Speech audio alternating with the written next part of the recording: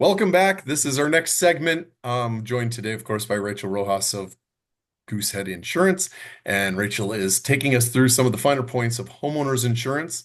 Um, so we covered a lot in the first segment, but I wanted to kind of jump in and parse it a little bit so that I could um, ask some a little more detailed questions, maybe as it relates to the types of insurance, because we see these terms all the time, certainly in the lending world, where we get like a replacement cost and, actual cash value and guaranteed replacement cost. Could you kind of take us through what these terms really mean and as a consumer, like how are we supposed to think about these things and how do you use it to compare a policy against another policy, maybe? Yes, so there are a number of different valuations that your home can have, and I think that's definitely about your specific home. The most common valuation that you're going to see is replacement costs, like you were saying. This is essentially the amount that it would take to completely replace, your property or, belongings, if you're talking about replacement costs for your property, without any deduction for, depreciation.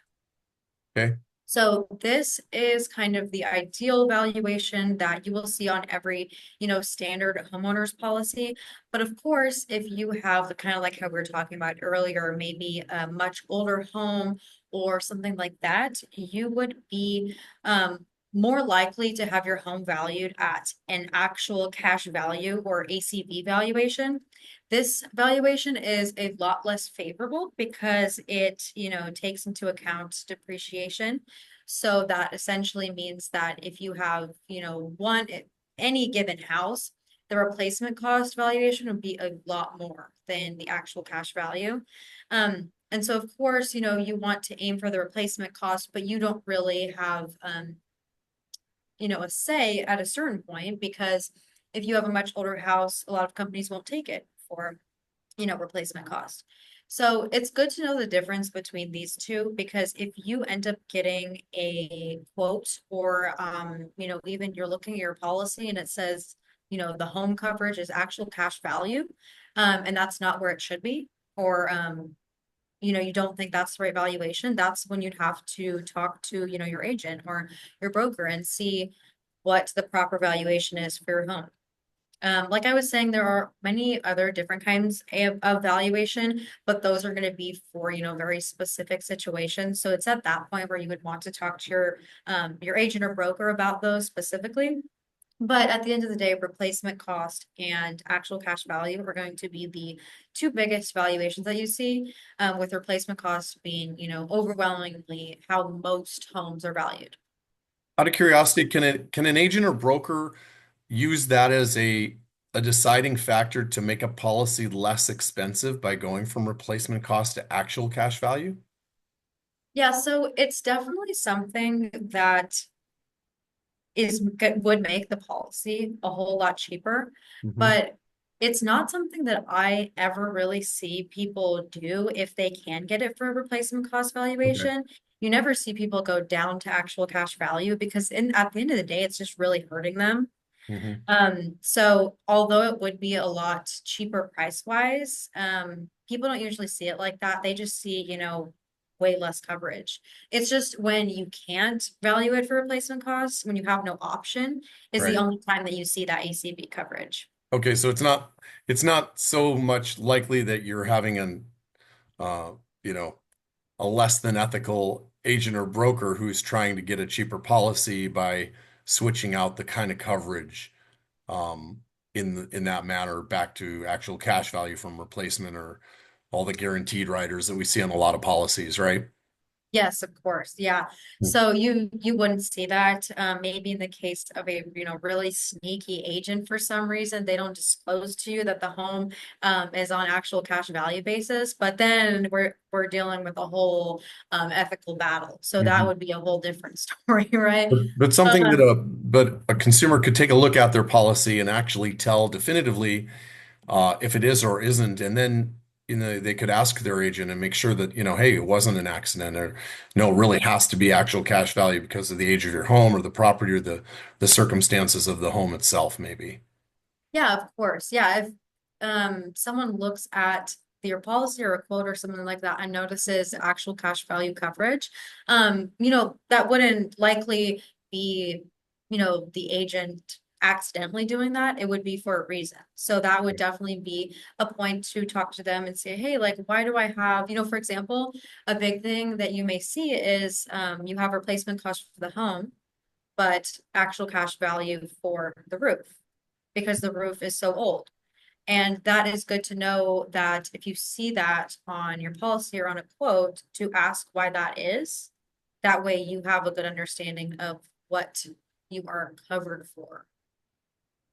And if, let's say that is the case, and you decide as a homeowner, hey, I'm going to replace this roof because it's nearing its end of its life, then you want to go back to the agent, right, and get that Mhm. policy updated because now maybe you went from an actual cash value to a replacement cost because you just, paid out of pocket to have the roof redone, which Exactly. might Yeah. If not only you change your need, policy, but might actually even make your premiums change for the better because now you have a lot less risk with a brand new roof. oh, 100%. Yeah. When it comes to major home changes like that, the only person that's going to know that has done that is you. So if you get a brand new roof, your insurance company would have, no idea unless you told them. And so it is always a good idea to, reach out and let, your insurance company, your agent know. That way, like you said, you can, get the proper coverage on there and even, a reduced premium Mhm. because having a 10-year-old roof versus a brand new roof or a 20 years old roof, even to brand new, does make a lot of difference. And it could even open up the amount of options that you have available. If you had a very, very old roof that not many companies would want to cover, and now you have a brand new roof, you have a lot more options of carriers if you wanted to switch carriers. Right. Makes total sense. So when you have massive improvements, talk to your agent or broker and make sure they're in the know because Yes, there would be no other way for them to realistically have that information. Um, exactly. They can't read your mind, unfortunately. Not yet. We're getting there, but not yet. So something that's, super topical, super, it's been in the news quite a bit. I face it, you face it. Um, the question that comes repeatedly is, why are my premiums so high? Can you help us understand and break down what's going on in the industry, and help people understand? Because I don't think people have a great understanding of how insurance companies work and like the massive warehouses where they physically have a bunch of stuff to build homes. Mhm. So, can you walk us through why premiums are so high now and sort of what's changed in the last couple of years? Yes. So obviously, most people, come complaining about their home premiums. And in certain areas, I don't blame them because they are paying just, so much. And the good thing to know here is there are a lot of factors that go into it. So it's good to have an understanding of these factors to really be informed as to why you're paying so much. Um, the one of the biggest things is going to be the age of your home and the condition.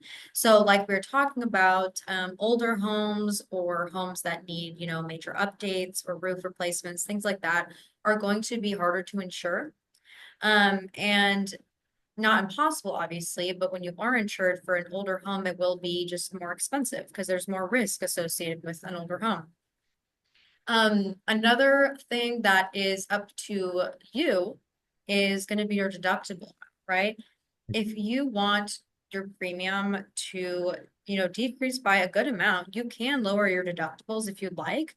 Of course, this means that you would have to be willing to pay a higher amount out of pocket if you file a claim, but lowering that deductible, is definitely a way to get it down. So if you have um, or to get it up, I should say. So if you have a very low deductible, you would have a much higher premium. So if you wanted to look into getting that deductible higher, then you could get that premium lower. Another thing is going to be the location of your home. Um, a lot of, areas that are prone to natural disasters will see much higher home premiums for obvious reasons, right? There's a lot more risk associated with that area. Sure. Same with, crime rates, how close you are to, fire station services or, densely populated cities.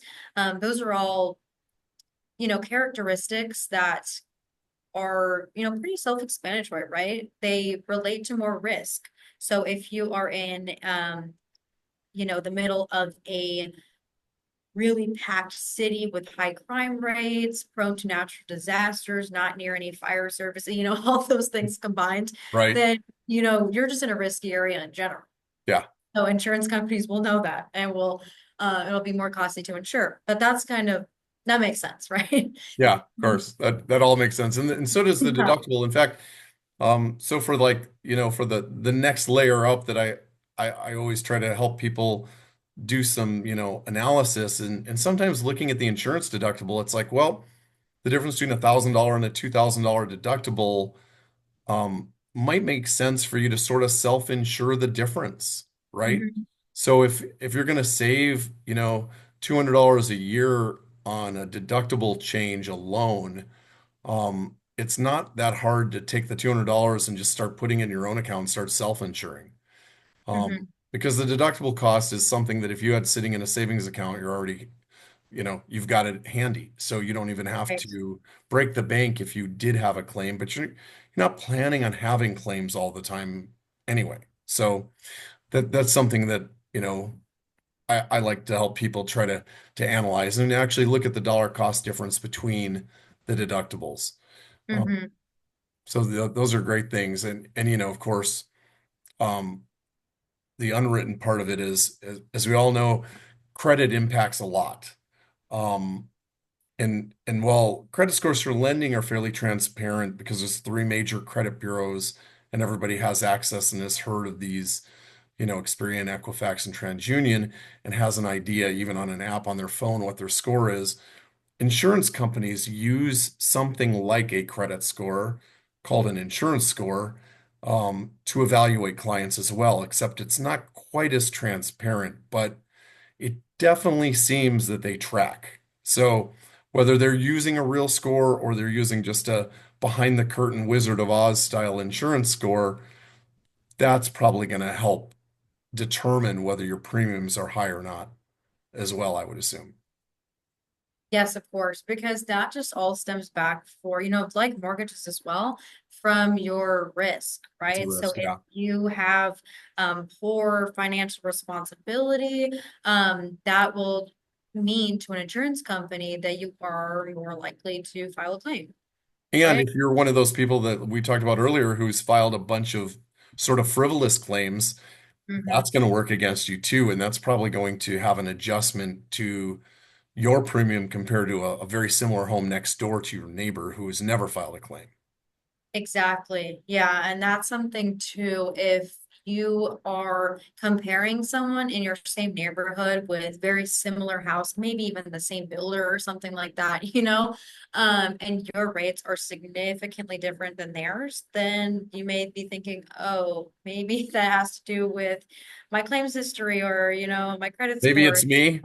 Yeah, Maybe it's me. And maybe it's it is a harsh truth at some points because it's not always you, but and you hope it's not, but sometimes if there is just a really big discrepancy between, between rates, it could have something to do with your own history. So, that makes total sense. So, yeah, I think there's so many things in there um, that can be impacted by the premiums, the least of which are just the claims history in general of, all these natural disasters, which we've seen, and, the price of commodities and labor and all these things since COVID that have skyrocketed. mhm. How does an individual, find an assessment tool to know if they have the right amount of insurance? Is there a self-assessment that people can do or kind of put together, or do they really need an agent or broker to figure that out with them? Yeah, so as far as assessment tools, I am sure that nowadays there is some sort of thing on the internet, some sort of calculator that can help you out. I have no idea. I haven't even tried it myself. because there's no end to what the internet offers, right? Right. From, my standpoint, um, I have the responsibility of running the replacement cost estimator, which is a huge tool on my end that, calculates the replacement cost like we were talking about. This is a tool that I, as an agent, would use for every client. And I think the big thing here about this tool is that you want it to be accurate, right? So it can get very detailed as to what is in this, estimator. It will talk about the grade of your bathroom, whether it's basic, builder's grade, semi-custom, custom, this, that, and there's so many different, nuances to the types of bathrooms and um, everything like that. And then there's more straightforward things like square footage and number of bathrooms, right? But having this replacement cost estimator very accurate is going to be what ensures that you have the right amount of coverage for your home. Um, Cool. and with that being said, a lot of coverages are based on this amount. So you want to ensure that your policy will cover the full replacement cost, which, for most standard companies, you can't go below the replacement cost if you want it. Yeah. Right. Um, so it's just good to make sure that you are covered for the full replacement cost. What does that Um, take, Rachel? How long, what kind of conversation is that you have with the client to determine all the different, nitty-gritty details of the home in detail to figure out what that replacement cost estimator would look like? Yeah, that is a good question. So, when it comes to getting the details on the home, that is something that I personally run through on the phone with every client, right? We talk about all of the different parts of the home, coming to number of bathroom grades of the bathroom, all that kinds of stuff. So that's something that I gather from the client themselves. And as well, I have usually what I use, as funny as it is Zillow, right? I go on Zillow and I see, and everyone on my team does this as well. We use tools online and we cross-reference with the client to make sure that everything adds up. Whether it even takes reaching out to the listing agent or something like that, it's just making sure that you have every bit of information that you need to make sure that you have the most accurate valuation, right? And Because something good everything to hinges on that, know. right? I mean, at the end of the day, it's like this valuation is how, whether you have a policy that's really enforced and what the premiums are and what the client expectations are. God forbid there's a loss, right? Exactly. Big deal. Yeah, and another thing to know too is that with these nuances, they really start to matter more if you have extensive renovations or updates, right? So standardly, the grade of your home will be considered, builder's grade because that's how it looked when it was built, right? And if you do minor renovations, like you replace, like a cabinet or something, that won't have an effect. But if you add another bathroom, or if you completely strip out your kitchen and make it a custom kitchen, that is something that we would want to know because it's not builder's grade now, it's custom, or it's maybe semi-custom because you did half the kitchen or something like that. Sure. Um, so it's good to know there that standardly, you would be, at builder's grade, and then from there you can, make adjustments. And another good thing to know about the replacement cost is that it is not the same thing as the market value. So say you're buying a $1 million home, right? And part of the reason why it's $1 million is because you are living in, one of the most expensive cities with like this, prime location or something like that. We're just talking about the materials. So if you were to take that home and put it in a much less desirable place, the replacement cost, essentially is the same. Um, but the market value is going to be different. So it's good to know the difference between that because, if you get someone who is saying, oh, I don't have enough coverage for my home, or something like that, obviously you want to listen to their concerns, but part of that might be just because they are thinking about the market value, how much they bought it for. Right. And I hear that, that comment as it relates to land value as well, right? Yes, the Um, land is also not included. right. because the land's not going to burn or flood that Mhm. much. The Uh, land will be there. yeah, the land's going to stick around, at least some of it. Yeah. Um, and how about bundling? Is that still something that you see a lot of in terms of, saving some money, having clients both bundle with the same carrier, auto and home? Yes. So, and I think that also if you ask, an agent versus a broker, you might get a slightly different answer just because from the standpoint of bundling with the same company, you'll more often than not get a great bundle discount. Obviously, the size of the discount may depend on, the company and things like that. But it's always a great idea to bundle because you save most of the time on both on the home and auto, and that's the way more often than not to get the best price on the home. Um, I would say that if you're working through a broker, there are, situations where a home from one company and then an auto policy from a different company, add those two together, that's actually less than a bundle with a different company. So a lot of times, if I see that, I wouldn't go out of my way. Say I have a client who is price focused, I wouldn't go out of my way to put them with a bundle if it was going to be more expensive by Right. a lot than a home with one company and autos with another.